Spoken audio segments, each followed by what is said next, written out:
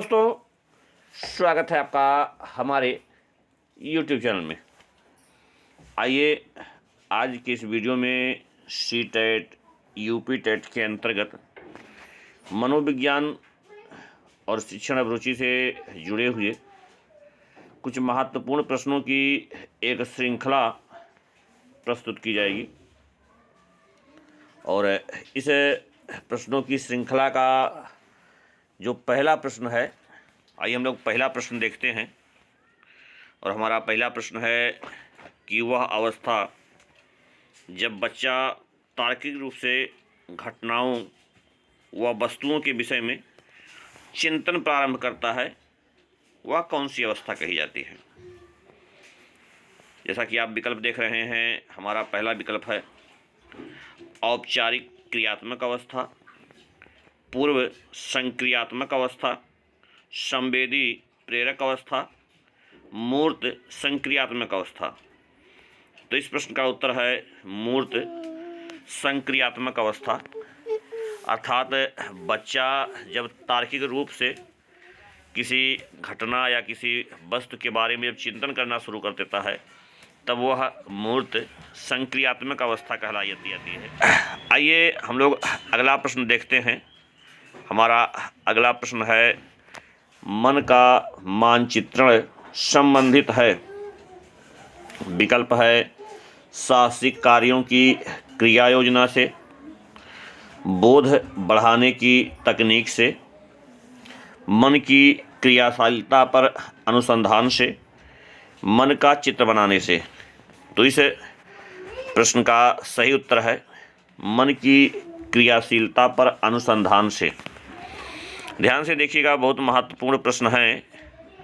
और इसी प्रश्नों की कड़ी में हमारा अगला प्रश्न है कि विशेष रूप से प्राथमिक स्तर पर विद्यार्थियों की सीखने संबंधी समस्याओं को संबोधित करने का सबसे बेहतरीन तरीका है। इसका विकल्प है महंगी और चमकदार सहायक सामग्री का प्रयोग करना, सरल एवं रोचक पुस्तकों का प्रयोग, कहानी कथन पद्धति का प्रयोग करना, और चौथा विकल्प है अक्षमता के अनुरूप विभिन्न शिक्षण पद्धतियों का प्रयोग करना। तो इसका सही उत्तर है अक्षमता के अनुरूप विभिन्न शिक्षण पद्धतियों का प्रयोग करना। हमारा अगला प्रश्न है निम्न में कौन से बच्चे की सामाजिक मनोवैज्ञानिक अवस्थाओं के साथ संबद्ध नहीं है। ध्यान से देखिएगा, निम्न में से कौन सा बच्चे की सामाजिक मनोवैज्ञानिक आवश्यकताओं के साथ संबद्ध नहीं है। विकल्प है संवेगात्मक सुरक्षा की आवश्यकता, दूसरा विकल्प है शरीर में अपशिष्ट पदार्थों का नियमित रूप से बाहर निकलना, सानिध्य की आवश्यकता, और अंतिम विकल्प है सामाजिक अनुमोदन तथा सराहना की आवश्यकता। तो इसका सही उत्तर है शरीर से अपशिष्ट पदार्थों का नियमित रूप से बाहर निकलना। हमारा अगला प्रश्न है वह कौन सा कथन है जहां बच्चे के संज्ञानात्मक विकास को सबसे बेहतर तरीके से परिभाषित किया जा सकता है। विकल्प है विद्यालय यूँ कक्षा पर्यावरण, खेल का मैदान, सभागार और घर। इस प्रश्न का सही उत्तर है विद्यालय यूँ कक्षा पर्यावरण। हमारा अगला प्रश्न है बच्चे दुनिया के बारे में अपनी समझ का सृजन करते हैं, इसका श्रेय किसको जाता है।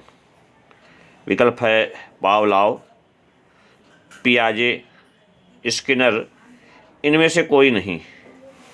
इसका सही उत्तर है पियाजे, जॉन पियाजे।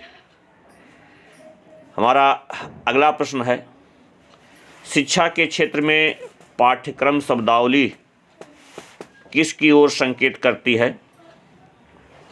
विकल्प है विद्यालय का संपूर्ण कार्यक्रम, जिसमें विद्यार्थी प्रतिदिन अनुभव प्राप्त करते हैं।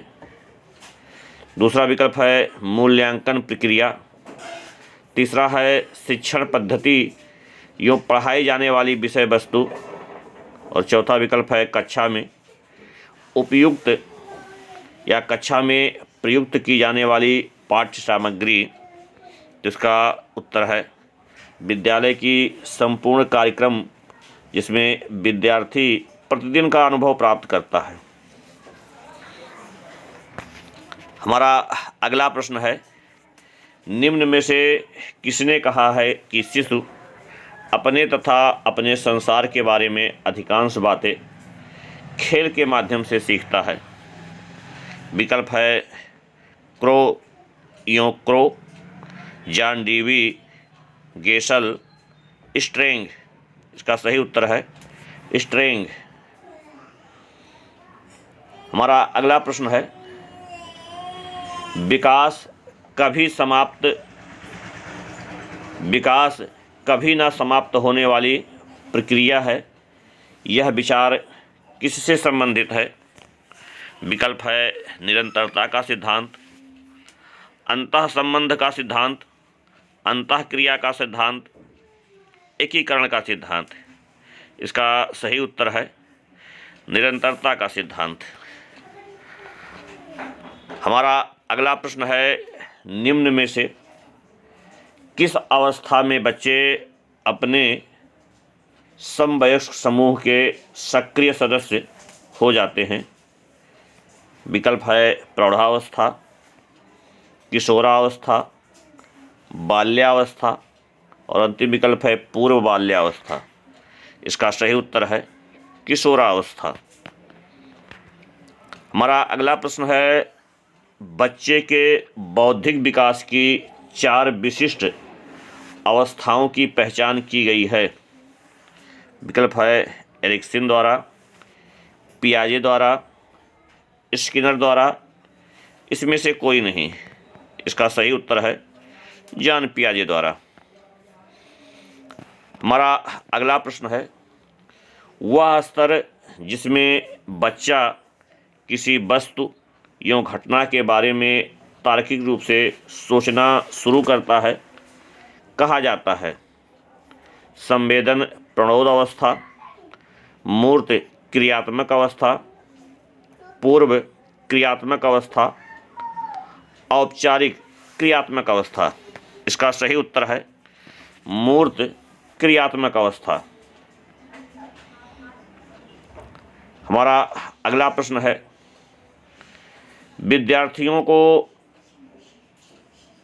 विद्यालय में खेलना क्यों उचित है? इसका उत्तर है यह शिक्षकों के लिए काम आसान करेगा, यह सहयोगियों शारीरिक संतुलन का विकास करेगा। तीसरा विकल्प है यह समय बिताने में सहायक होगा और अंतिम विकल्प है यह उन्हें शारीरिक रूप से सशक्त बनाएगा। इसका सही उत्तर है यह सहयोग एवं शारीरिक संतुलन का विकास करेगा। हमारा अगला प्रश्न है, परिवार एक साधन है। अब इसमें कौन सा विकल्प सही है देखिएगा। औपचारिक शिक्षा का, अनौपचारिक शिक्षा का, दूरस्थ शिक्षा का, गैर औपचारिक शिक्षा का और औपचारिक शिक्षा का। इसका सही उत्तर है अनौपचारिक शिक्षा का। एक शिक्षक विद्यार्थियों में सामाजिक मूल्यों को विकसित कर सकता है। विकल्प है महान व्यक्तियों के बारे में बोलकर, अच्छी कहानियाँ सुनाकर, आदर्श रूप में बर्ताव कर,